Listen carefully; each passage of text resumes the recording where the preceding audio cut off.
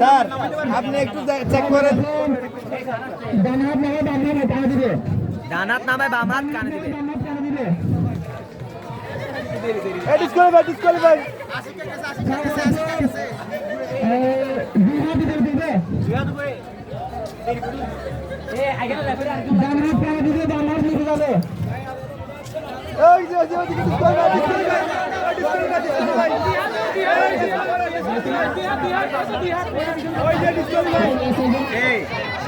আবার প্রথম থেকে করো আবার